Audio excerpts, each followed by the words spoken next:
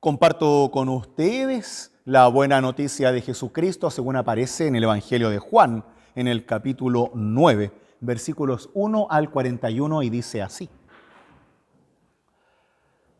Saliendo del templo, escapándose de los judíos que querían apedrearlo, Jesús vio a un hombre ciego de nacimiento.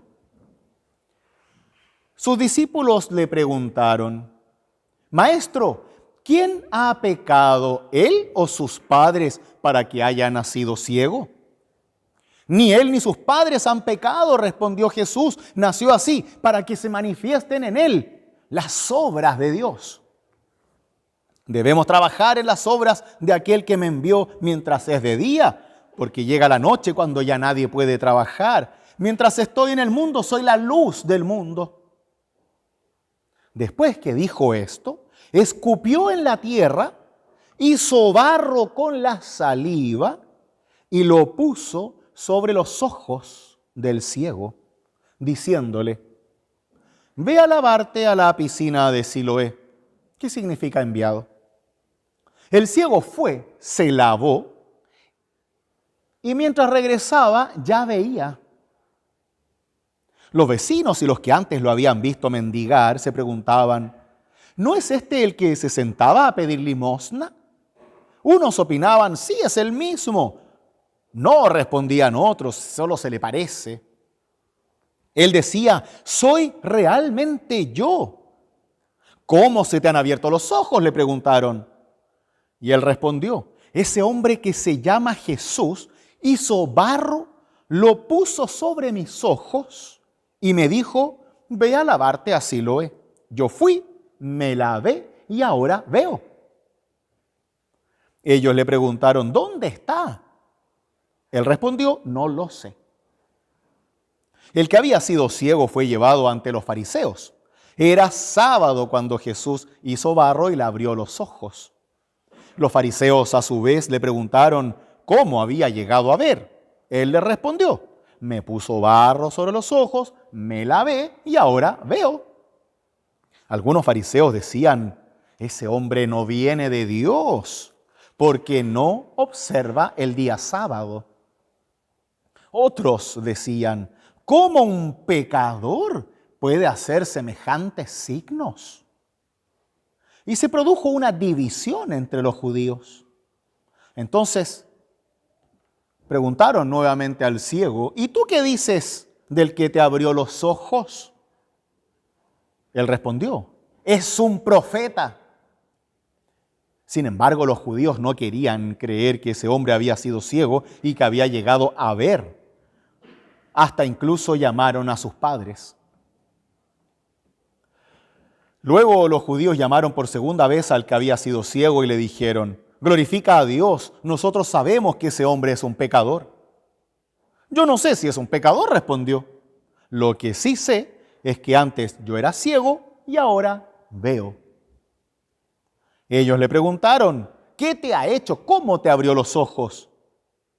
Ya se los dije, respondió. ¿Y ustedes no me escuchan? ¿Por qué quieren oírlo de nuevo? ¿Acaso quieren hacerse sus discípulos?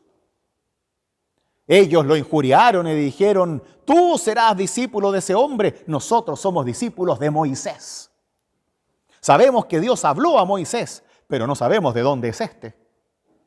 El hombre le respondió: esto es lo asombroso, que ustedes no sepan de dónde es, ni de dónde viene, a pesar de que me ha abierto los ojos. Sabemos que Dios no escucha a los pecadores, pero sí al que lo honra y cumple su voluntad.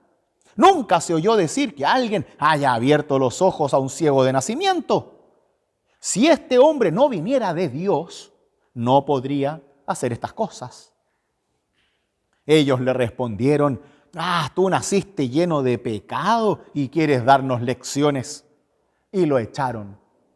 Jesús se enteró de que lo habían echado y al encontrarlo le preguntó: ¿crees en el Hijo del Hombre? ¿Quién es, Señor, para que crea en Él?, le respondió. Y Jesús le dijo: tú lo has visto, es el que te está hablando. Entonces él exclamó: creo, Señor. y se postró ante él. Y luego Jesús dijo: he venido a este mundo para un juicio, para que vean los que no ven y queden ciegos los que ven. Los fariseos que estaban con él oyeron esto y le dijeron: ¿acaso también nosotros somos ciegos? Y Jesús les respondió: si ustedes fueran ciegos, no tendrían pecado, pero como dicen vemos, su pecado permanece. Hasta aquí la lectura del Santo Evangelio. Esta es palabra de Dios. Amén. Tomen asiento, por favor. Gracia y paz de nuestro Señor Jesús sean con cada uno y cada una de ustedes. Jesús está escapándose de los judíos luego de un altercado anterior en el templo, ¿no? Siempre peleando con los fariseos que eran tan duros de cabeza, y él tenía una interpretación distinta del Antiguo Testamento y de lo que Moisés precisamente había predicado y enseñado.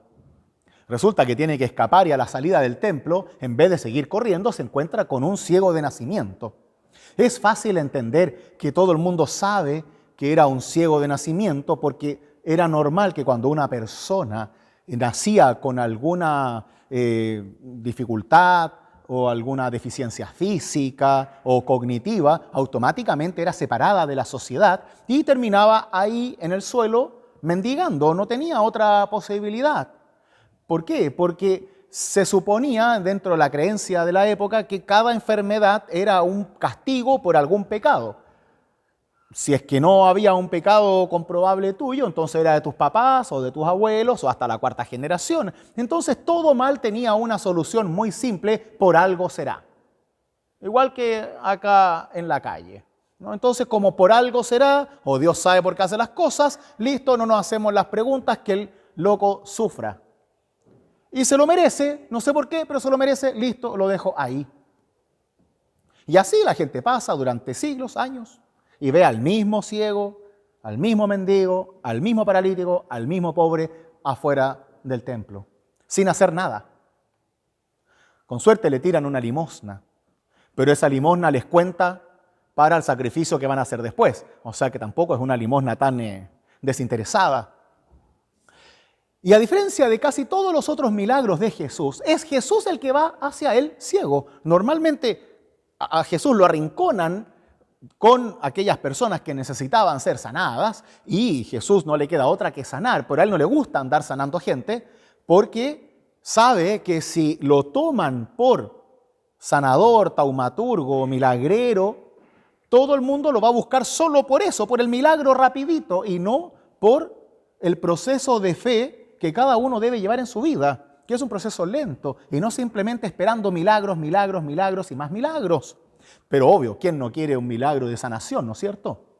En este caso es Jesús quien se acerca a este ciego de nacimiento. Él quiere transformar su vida. Los discípulos le hacen esta pregunta que era muy de su época. Bueno, ¿quién es el culpable? No siempre queremos saber de dónde viene el mal, el sufrimiento. ¿Quién es el culpable? ¿Él o sus papás? Y Jesús les deja muy en claro que no, ninguno. En contra de lo que se pensaba, ninguno, ni él ni sus papás, producen la ceguera. En este caso, su enfermedad viene para mostrar algo de Dios, para que se manifiesten en él las obras de Dios, dice Jesús. Algo quiere hacer con él. Y así, Jesús, sin tener una conversación con este ciego, sin preguntarle sobre la fe, sin preguntarle lo que hizo, cómo está, cómo se llama, nada, simplemente escupe en el suelo, hace un barrito con las manos y se lo pone en los ojos. Menos mal que el ciego no ve, porque si en esa época tú escupes al suelo, ya es un signo de desprecio total, tal como si alguien te escupe hoy en día.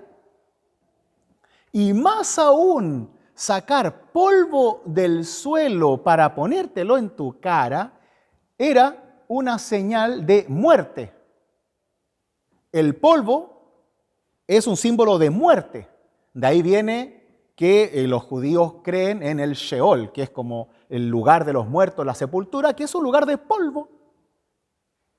Y así, de hecho, incluso hay una tradición del mismo Jesús, en donde cuando manda a sus discípulos a predicar, les dice que si no los escuchan, entonces ellos tienen que sacudir el polvo de sus pies en la puerta de la casa como en señal diciendo que estos tipos están muertos porque no escuchan la palabra. Es una cosa bien fuerte. A nosotros nos da lo mismo, se pasa la aspiradora y listo, pero para ellos era duro, rudo, violento este tema del polvo. Y Jesús hace estos dos símbolos bastante agresivos para dar vida. El escupo con el polvo forman barro. ¿Se acuerdan ustedes de algo que haya tenido barro y que haya tenido vida después? ¿Sí? Algo así como el relato de Adán. Claro, lo hace del polvo de la tierra, dice el texto, lo cual significa que estaba inerte y luego Dios lo hace del polvo, lo modela como un alfarero y luego sopla, le da el espíritu de vida. Por eso cuando una persona muere, expira, suelta ese espíritu de vida inicial. Y es así como Jesús busca recrear a este ciego, darle una vida totalmente nueva a través de este símbolo de utilizar el polvo, la muerte, que es lo que él ya tenía, a través de la soledad, la discriminación y el hecho de que todos lo rechacen por ser ciego y más aún de nacimiento. Con todo ello, Jesús transforma la vida de este ciego no solamente en alguien que ve, sino en alguien que puede volver a la sociedad, en alguien que puede ser alguien, en alguien que puede tener nombre. Antes era el ciego. Y ahí está. Alguien que va a tener dignidad. Eso es lo primero que hace. Sin que el ciego se lo gane, sin que el ciego lo busque, sino solo por amor, porque puede hacerlo.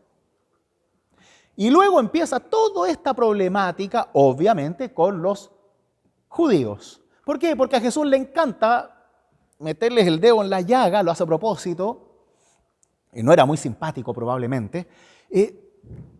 Y yo creo que hasta esperó el sábado para hacerlo, cosa de que los fariseos, que les encantaba el día sábado, entonces, como no se podía trabajar ese día, porque era el día de Dios, el día santo, el día de descanso, Jesús hace todo el día sábado para puro decirles que el sábado está hecho para el hombre y no el hombre para el sábado, ¿no? Entonces, obviamente hace esta sanación en sábado. ¿Y qué hacen los fariseos? Bueno, lo único que les importa no es que Jesús haya hecho algo bueno, que le haya dado vida al ciego, que le haya dado de vuelta la visión, sino que hizo algo que no se tenía que hacer en día sábado.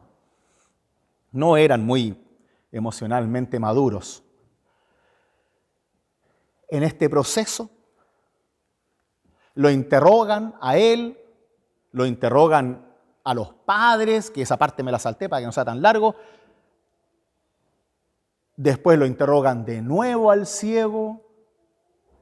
Y me quiero quedar con una parte muy importante.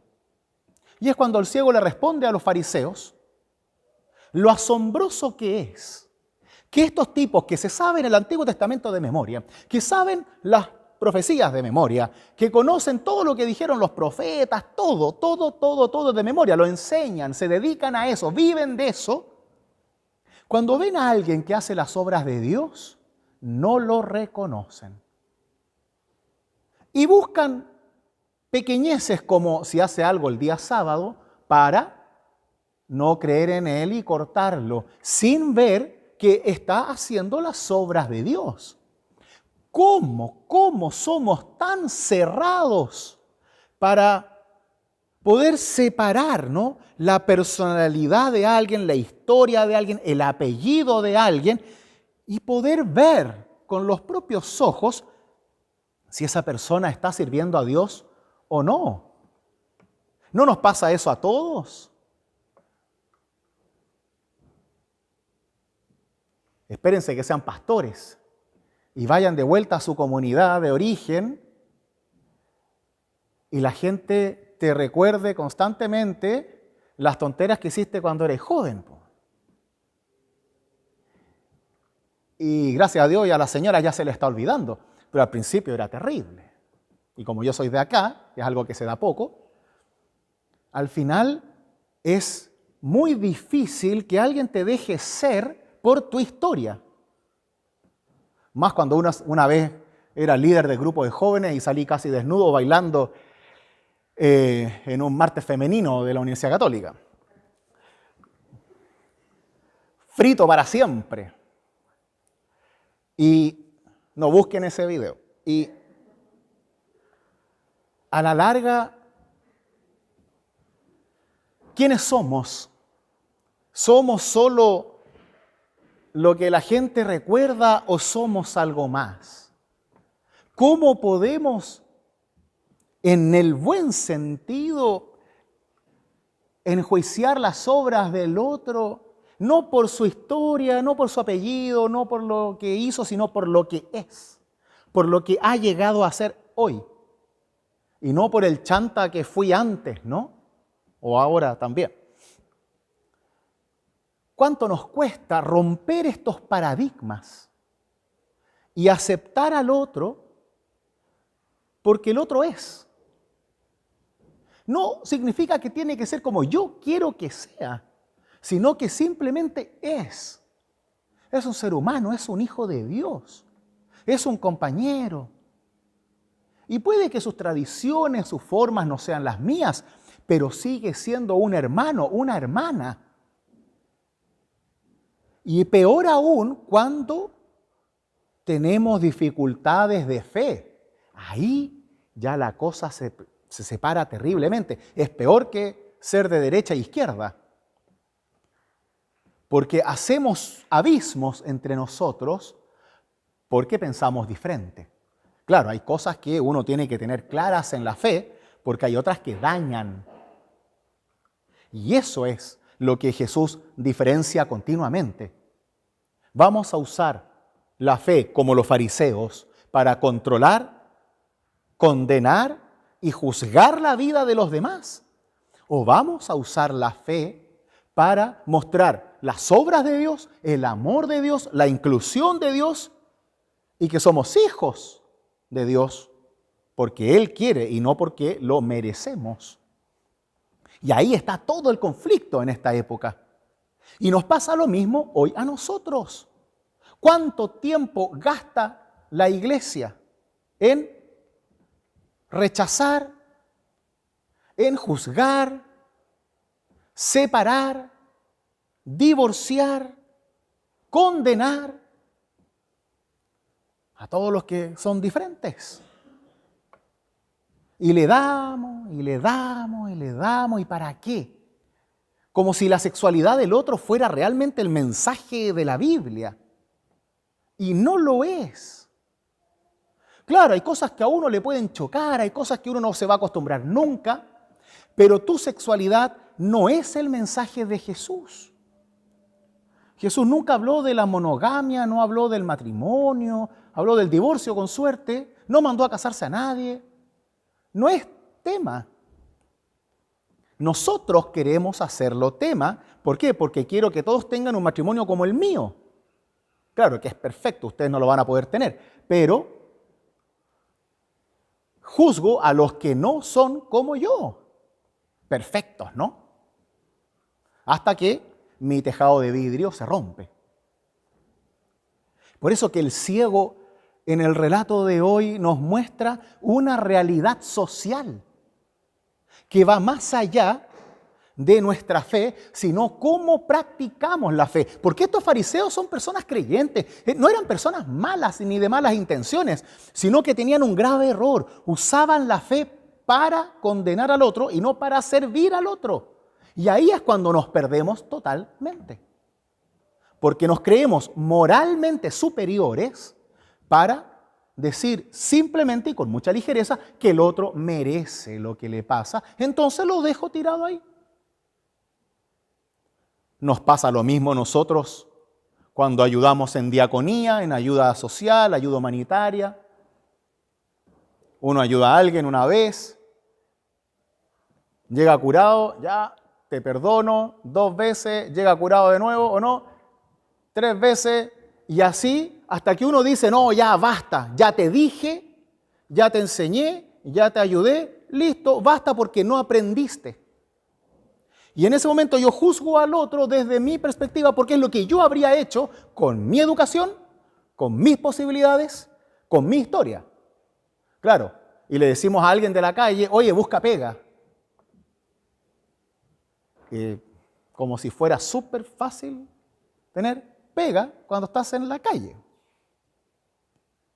Y no es así la cosa. Como cristianos somos llamados a hacernos cargo, no a juzgar. Y sí, a veces nos engañan, a veces aprovechan. ¿Y qué? Estamos aquí para servir. Y si tenemos un plato de comida para compartir, entonces lo compartimos.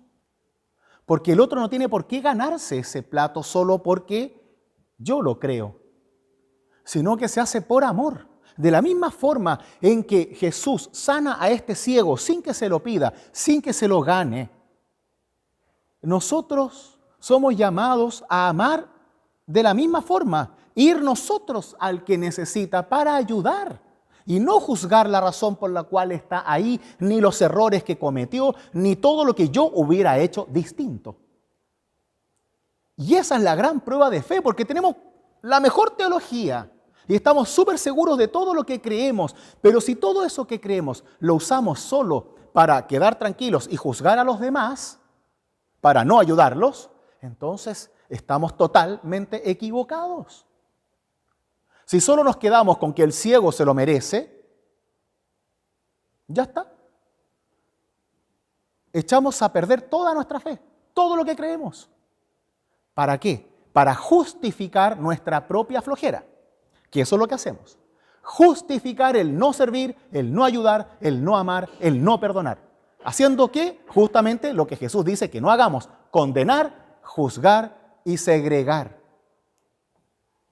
Y lo peor es que es muy difícil darse cuenta. Los fariseos son creyentes. El amor al prójimo como mandamiento no lo inventó Jesús. Ya viene del Antiguo Testamento. Ellos lo saben que tienen que amar al prójimo. Saben todo eso, se lo saben de memoria. Pero hay algo ahí en la fe que te hace sentirte superior al otro. Y ahí es cuando nos perdemos. Por un saber. En vez de por saber poner en práctica. La fe desde la humildad y el amor de Dios. Es desde ahí que nosotros pensamos. Y de manera seria, hoy también tenemos que pensar si el lugar en donde estamos, si esta iglesia, si esta comunidad es realmente el lugar a donde yo puedo ser ese cristiano que Dios quiere. Si este es el espacio en donde me están mostrando a Cristo y no cómo separarnos ni discriminar a los demás. Si este es el espacio en donde podemos vivir en armonía, en comunidad, compartiendo lo que somos, lo que tenemos, sin juicio.